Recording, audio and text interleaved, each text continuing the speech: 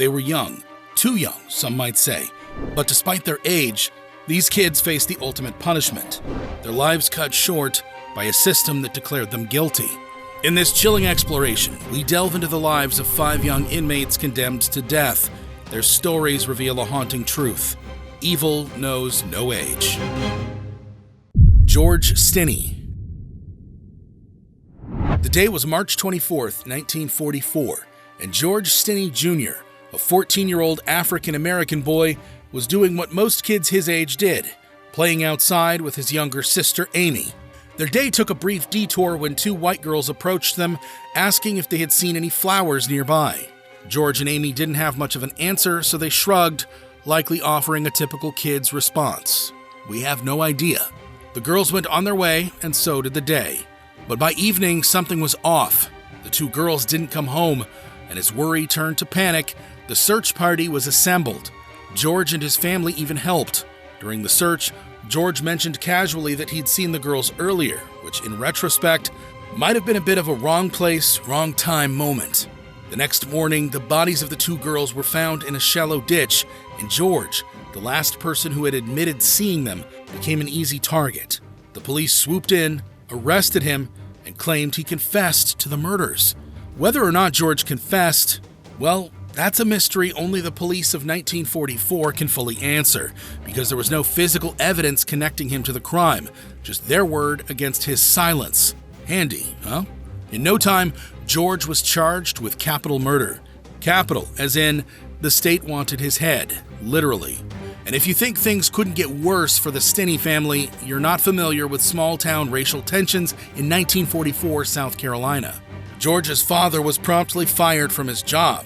The family, now jobless and terrified, fled town faster than you could say lynch mob, which, by the way, did attempt to lynch George. Fortunately, if you can call it that, he had already been transferred to a different jail. A month later, George's trial began in a segregated courthouse.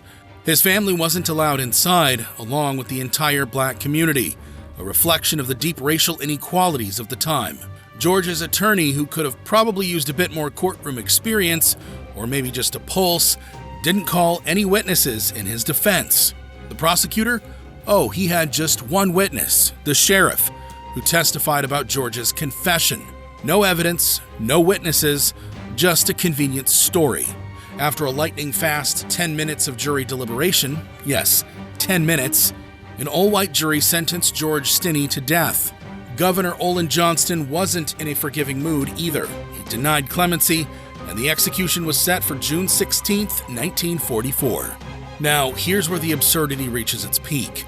On the day of his execution, George was so small that, of all things, they chose a Bible to use as a booster seat in order to fit him into the electric chair. When asked if he had any last words, George, with all the composure a terrified child could muster, simply shook his head. "No, sir," he said. Then came the strap over his mouth, just in case his silence wasn't enough, and the ill-fitting mask that would soon become a grotesque symbol of a system that failed him. As the electricity surged through his small body, the mask slipped off, revealing tears streaming down his young face. George Stinney Jr. was executed at 7:30 a.m.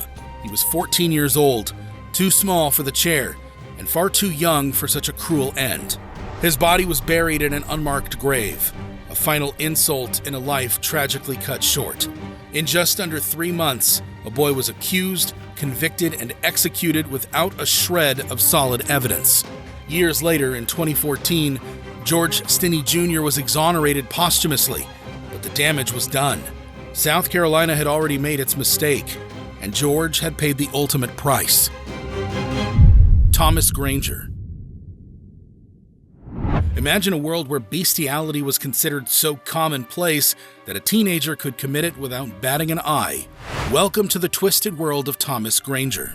Born in 1625, Granger was employed by Love Brewster, an early American settler and a prominent figure in Duxbury. At the tender age of 17, Granger found himself accused of an extraordinary crime: bestiality. According to court records dated September 7, 1642, he was alleged to have engaged in physical interaction with a mare, a cow, 2 goats, divers sheep, 2 calves, and a turkey. The sheer number and variety of animals involved in Granger's alleged escapades left the community stunned and horrified. Granger, faced with the gravity of the charges against him, confessed to the court. His admission of guilt was a shocking revelation, as it exposed a side of colonial society that was rarely discussed openly. The court, faced with such a peculiar case, sentenced Granger to death by hanging. However, the punishment did not end there. In a chilling display of Puritan justice, the animals involved in Granger's alleged crimes were also condemned. Leviticus chapter 20, verse 15.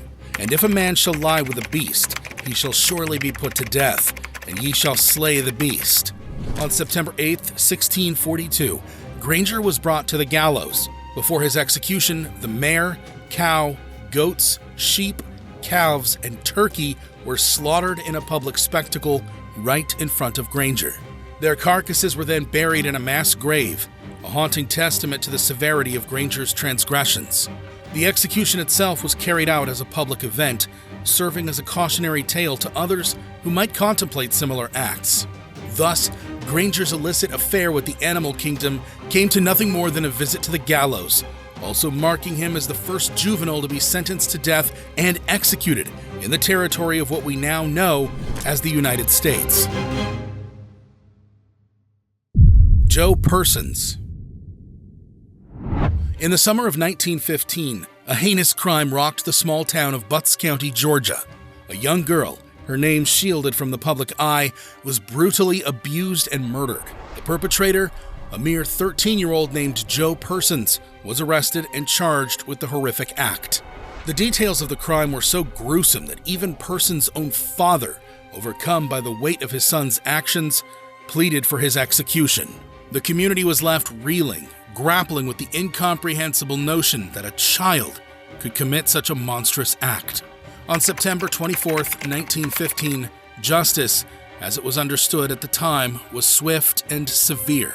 Joe Persons was hanged, becoming one of the youngest individuals to be executed in the 20th century. His age at the time of the crime and execution remains a subject of debate, with estimates ranging from 12 to 15. The circumstances surrounding Persons' execution were particularly disturbing. Weighing only 65 pounds, his diminutive stature raised concerns among local officials. To ensure a successful execution, they considered adding weights to his body, a chilling detail that underscores the inhumanity of the situation. James Terry Roach. A young man with developmental challenges and an IQ between 75 and 80 found himself on death row in South Carolina. His crime?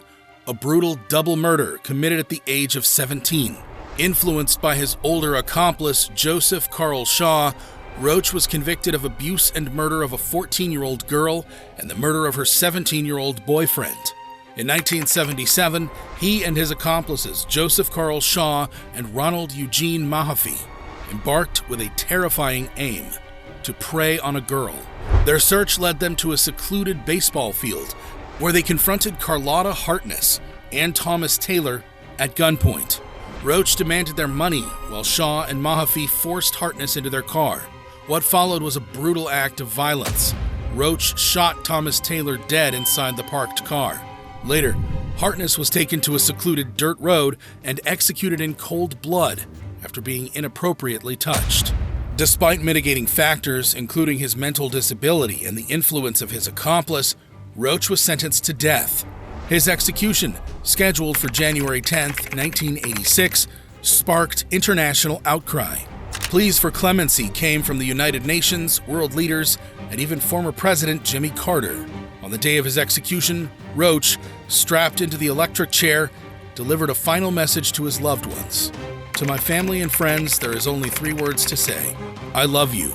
With a thumbs up, he signaled his readiness to face the ultimate punishment. At 5:16 a.m., James Terry Roach was pronounced dead.